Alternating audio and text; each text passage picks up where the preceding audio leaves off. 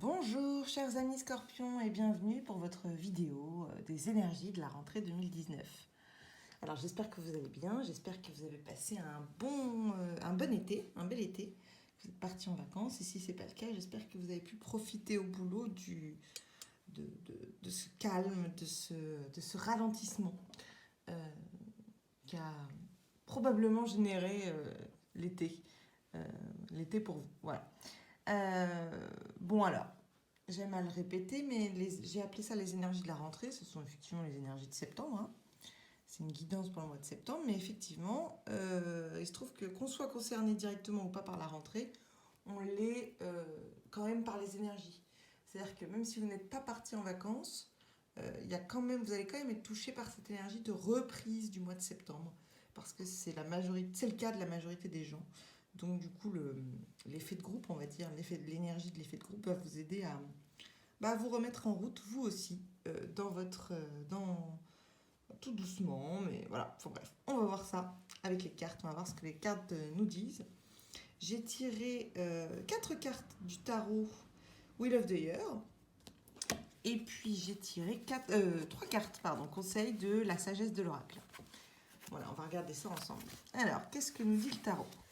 Alors, on a un 3 de bâton, on a l'ermite, on a le diable et on a la reine de coupe. Ok. Bon. Alors, ce que vient nous dire ce tirage-là, c'est qu'il y a... avec la première carte, c'est comme s'il y avait un projet qui arrivait là, comme s'il y avait quelque chose qui était en train de naître. Comme si... alors, ça peut aussi être, une envie de voir plus loin, vous voyez, une envie de voir plus grand, plus loin, une envie de changement, une envie d'élargir les horizons. On est un peu dans la lune parce qu'en fait on veut changer une situation. On veut la... comment dire? On veut agrandir les choses. J'ai cette impression-là, cette impression qu'on veut voir plus grand.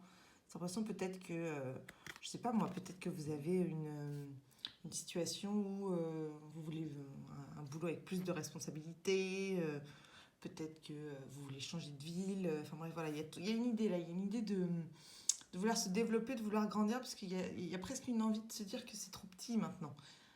Je sais pas si ça va vous parler, mais comme si vous aviez envie d'un grand projet, comme si vous vouliez un voyage, un grand voyage. Il y a cette envie-là voilà. Il y a vraiment cette envie de changer quelque chose, et en tout cas, pas forcément de changer, je veux dire, du tout au tout, mais en tout cas de faire évoluer quelque chose. Il y a cette importance-là, là, il y a cette énergie.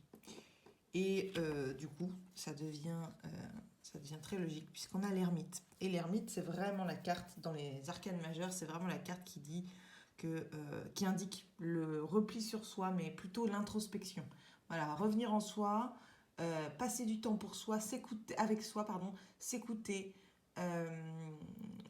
Vous voyez, il y a cette idée de ne pas passer à côté de quelque chose. On a besoin de temps pour soi, de temps seul pour soi, parce qu'on a besoin de réfléchir, parce que on parle pas là, avec le 3 de bâton, on parle pas d'une idée très aboutie.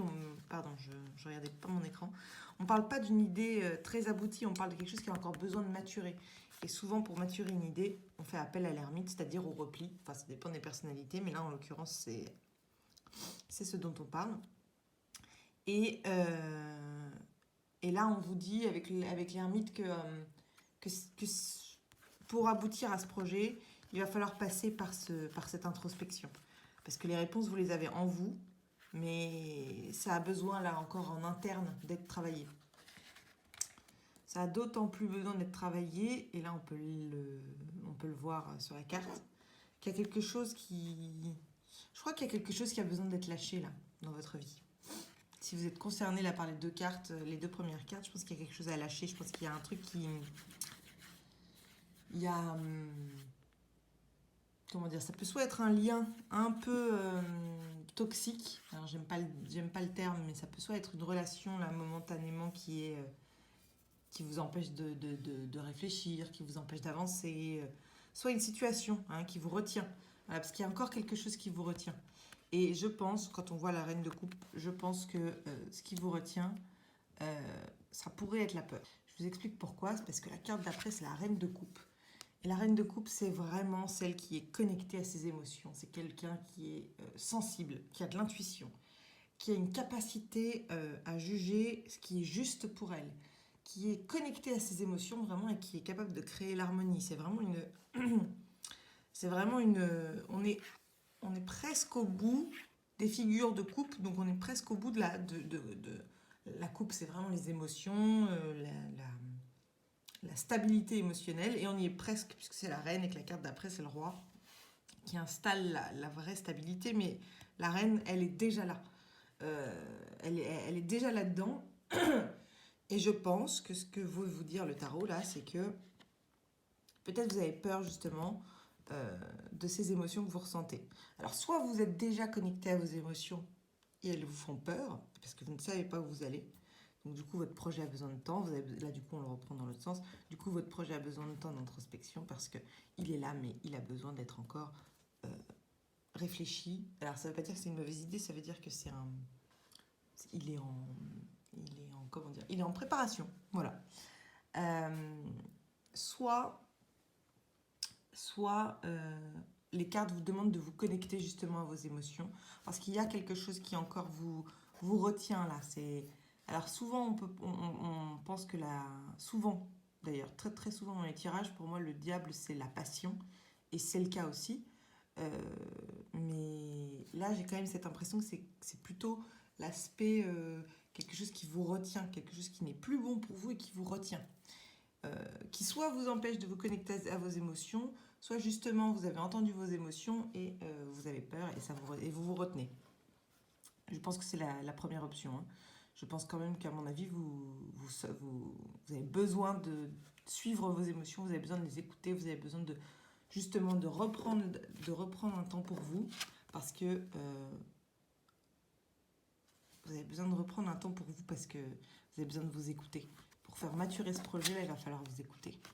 Et pour vous écouter, il va falloir dépasser cette peur, dépasser ce truc-là qui vous retient. Je ne sais pas ce que c'est, je ne sais pas si c'est une situation, je ne sais pas si c'est une personne, mais il va falloir régler ce problème-là, entre guillemets. En tout cas, c'est ce que vous conseillent les cartes.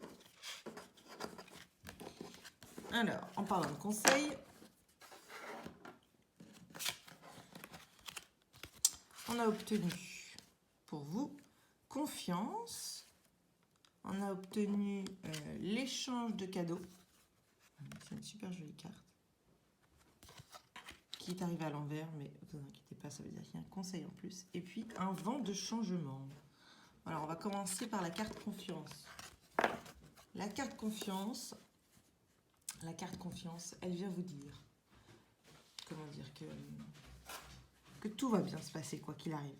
Elle est en train de répondre à la carte du diable là. Elle est en train de lui dire tout va bien se passer de toute façon. Il n'y a pas à t'inquiéter, il n'y a pas de piège, il n'y a rien de mauvais. Tout arrive là parce que c'est ton chemin. Tout arrive parce que c'est ta voie et tout arrive parce que c'est là que tu dois passer et n'aie peur de rien. On est en train de vous dire vraiment, tu peux t'envoler. Vous voyez, ce personnage là, il s'envole. On dit tu peux t'envoler. Bon, elle ne s'envole pas vraiment. Elle a des ailes. Et elle vous dit libère-toi quoi. Libère-toi. Peu importe ce que c'est, libère-toi. C'est vraiment ça la carte de la confiance. Ensuite, on a l'échange de cadeaux qui est apparu à l'envers. Et l'échange de cadeaux, en fait, c'est un peu cette loi qui dit que pour recevoir, il faut donner. Ça l'est d'autant plus quand la carte arrive à l'envers. C'est vraiment une carte qui vous dit oui, c'est ça. Qu'en fait, on reçoit dans la vie exactement ce qu'on donne. Ou alors, quand on reçoit, il faut donner. Et donc, ça nous amène, hein, dans certains cas, ça nous amène quand même à nous demander si ce qu'on reçoit n'a pas finalement à voir avec quelque chose qu'on a envoyé et qui n'est pas vraiment nous, quelque chose qu'on ne voulait pas vraiment. En gros, cette carte vous dit de faire attention à ce que vous demandez, faire attention à ce qu'on dit, à ce qu'on pense. On le sait, hein, la loi d'attraction, ça fonctionne comme ça. On attire à soi ce qu'on pense, ce qu'on dit et ce qu'on fait. Je sais que très souvent, ce qu'on pense et ce que l'on dit sont assez compliqués à gérer. En tout cas, il y a un travail à faire, ça ne se fait pas tout seul. Et cette carte, elle vient vous dire ça, elle vient vous dire quoi que tu fasses, quoi que tu penses, quoi que tu dises, de toute façon, on va te renvoyer quelque chose qui résonne avec ça. Donc fais attention.